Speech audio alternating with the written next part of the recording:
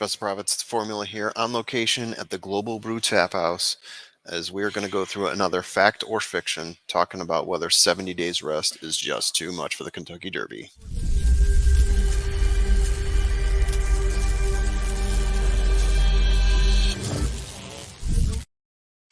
That's right. Another fact or fiction here is 70 days rest too much. We'll be going through not just 70 days, but we'll be looking at a bunch of different date ranges of rest to see if there really is an advantage to resting your horse or jumping them in much earlier than most people would say, right? So common thought here. Why are we talking about 70 days rest? Some people are saying confidence game, 74 days rest between the Rebel Stakes and the Derby. People think it's wild. People think it's weird. We'll be looking at the same grouping of data that I've been looking at for a lot of the other factor fictions from 2000 until now.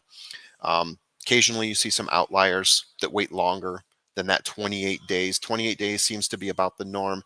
It also depends what year you're looking at.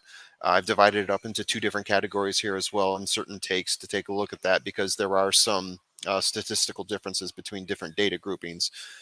Let's jump into it here. Let's see. Does it make sense for Confidence Game to take 74 days off? So, got ourselves a run chart here. Taking a look at every horse from 2000 on up. The red dots are the winners here. Okay, so that's first and foremost. Can a horse win from 70 days rest? Okay, so 74 days is where that line is right there. You can see there is one outlier. We'll get to that in a second here. So 20 to 40 days rest, consistent throughout the run chart. You can see it building up more to 40 as you get closer and closer to 2010 and on up to the 2020s. But there are significant spikes here. The outliers, right? That top one where I'm pointing to 74 days. Sole Volante, 77 days. That is that outlier you see there.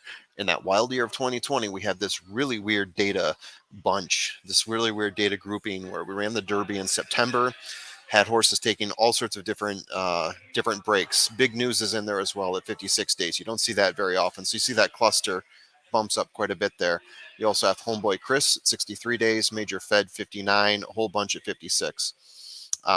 In terms of winners, Authentic, let's go back to 2020, right? So Authentic, 49 days rest is the highest in terms of winners, the most rest that a winner has had in the 2000s. Let's move on. So let's talk about the outliers and where they finished, right? So right away, you see that there's a bunch of double digits here. Doesn't look too impressive. Mr. Big News does stick out a little bit, though, because he did finish in the money. But as I said in some of my previous Fact or Fiction videos, it's important to understand where these horses were meant to finish. And by meant to finish, I mean in terms of the morning line odds or the post-time odds. Post-time odds, I like to go off those because it does rank in a 1, 2, 3 order a little bit more. There's no ties like there are in the morning line. So if we go to that, Sole Volante only finished 2 spots behind where the public thought he would finish. And then you see a number of other horses jumped up quite a bit. Mr. Big News definitely off the board to finish third there. He jumped up 9 spots. Right away, Sole Volante at 77 days is the only one that actually finished worse than the public expected. A lot of them were pretty much on the nose here. But let's talk about Sole Volante a little bit more because that's the closest data point we have to Confidence Game, right? 74 days versus 77. But what is Sole Volante really?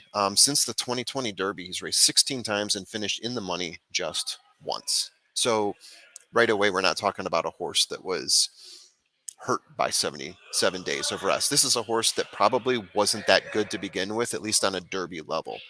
Right, you can look at, I don't know if you can make it out here, but yeah, the one, he finished 4th and 6th place a ton of times.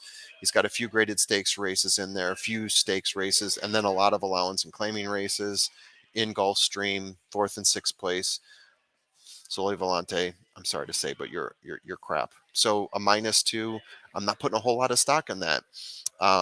Yeah, this is an area where I think like there's so little data, but the data we do have doesn't seem to point at there being a disadvantage to 70 some days rest. And then just taking a look at trends, right? This is another chart that I created here. You can see that the trend from 2000 to 2003, the average rest that a horse would get around 23 days, whereas in 2021, 2022, 33 days. Horses on average are getting 10 more days rest before they go into the Kentucky Derby. A lot of this has to do with changes in prep schedules. A lot of this has to do with the way the way trainers are training their horses, and they're pushing to have certain stakes races either earlier or later in the schedule, but giving their horses enough rest time before the race. Obviously, the Lexington is the outlier that we're talking about in terms of having shortened schedules, and then the Rebel for confidence game being another outlier here on the other end of the spectrum. So moving forward here, I'm not thrilled with these charts here because, as you can see by the red line, this is data groupings, right? Going from 2000 to 2009, showing the median rank to finish. So where a horse is expected to finish, median to where he did finish. So what I gather from this, let's go through it. So 16 cases where horses only got 2 weeks rest, and oddly enough, there seems to be some sort of advantage there. Small sample, as you can see, right? Those red lines are very low, so we're getting small samples, 16 cases out of 23 years of racing. But we'll go into that in a little bit more detail next. Now you move on to those other categories, right?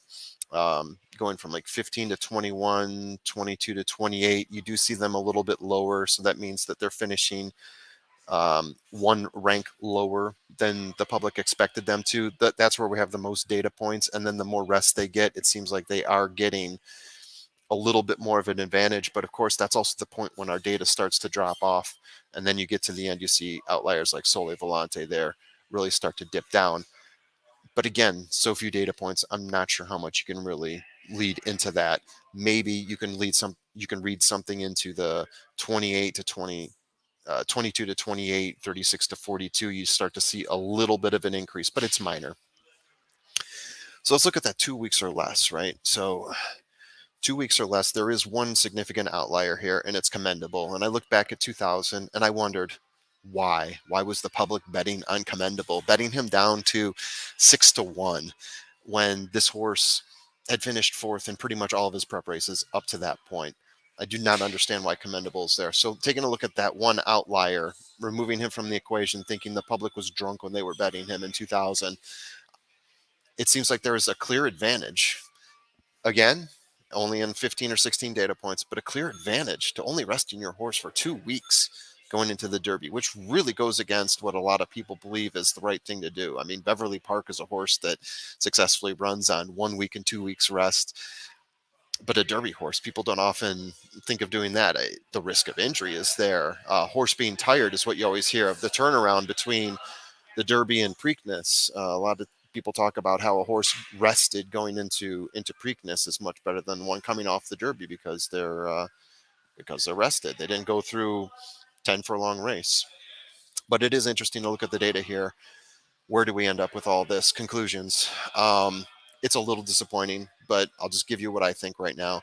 There's very little evidence to compare to the 74 days rest that Confidence Game is getting. But as close as I can tell, I feel like there is no advantage or a disadvantage to the 74 days rest. If anything, there might be a slight advantage. 29 to 42 days rest seems to be the sweet spot in the data for the most gain in ranking in data points for having an advantage. But again, it's a minor advantage, maybe a one spot bump up in median, right? And then oddly enough, there's something that I'm curious to dive into more here. Maybe if I go back further, the 0 to 14 days seems oddly favorable.